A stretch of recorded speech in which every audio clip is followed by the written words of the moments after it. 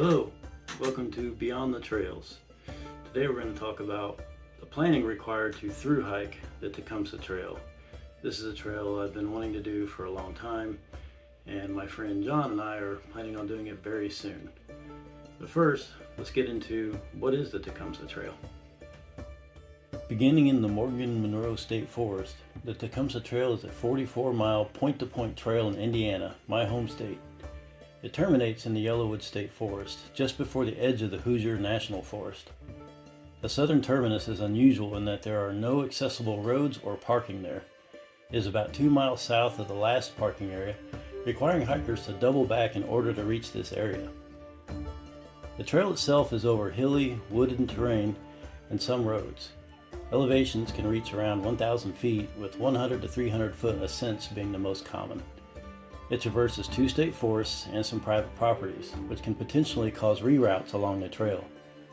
Camping is only allowed in specific designated areas along the trail, and there are several reliable and seasonal water sources along the way, including a couple that can cause potential flooding reroutes. In addition, a particular section of the trail was closed in 2020, which led to a reroute that forces hikers to walk along a busy highway for about a mile. This means hikers will need to arrange some kind of shuttle or brave the traffic.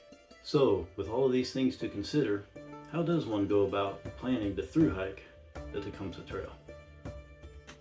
The Tecumseh Trail is maintained by the Hoosier Hikers Council, so the best place to begin is to check out their website, specifically about the trail conditions. The area is actively logged, so closures and reroutes are possible. The website also includes information about the trail, including a downloadable Tecumseh Trail Guide. Printing and studying this guide is an important step in the planning process. It includes everything you need to know about the trail, including info about camping, water sources, parking, and much more. The guide corresponds to the official Tecumseh Trail map, which can be purchased for a small fee from the Hoosier Hikers Council website.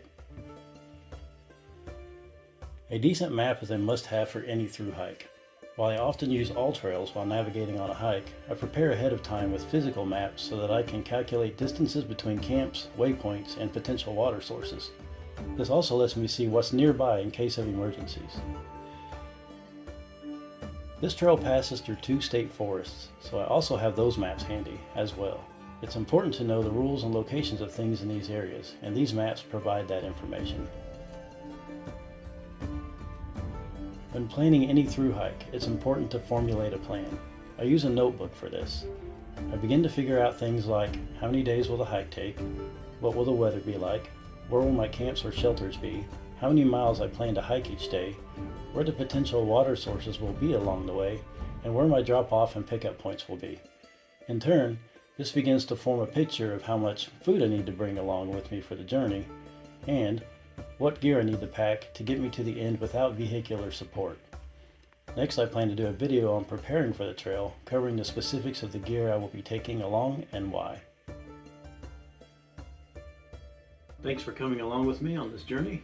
This is my first official YouTube video, so I hope you like it and subscribe to see more videos about hiking, backpacking, camping, and gear reviews. I wish you all the very best until our trails cross again.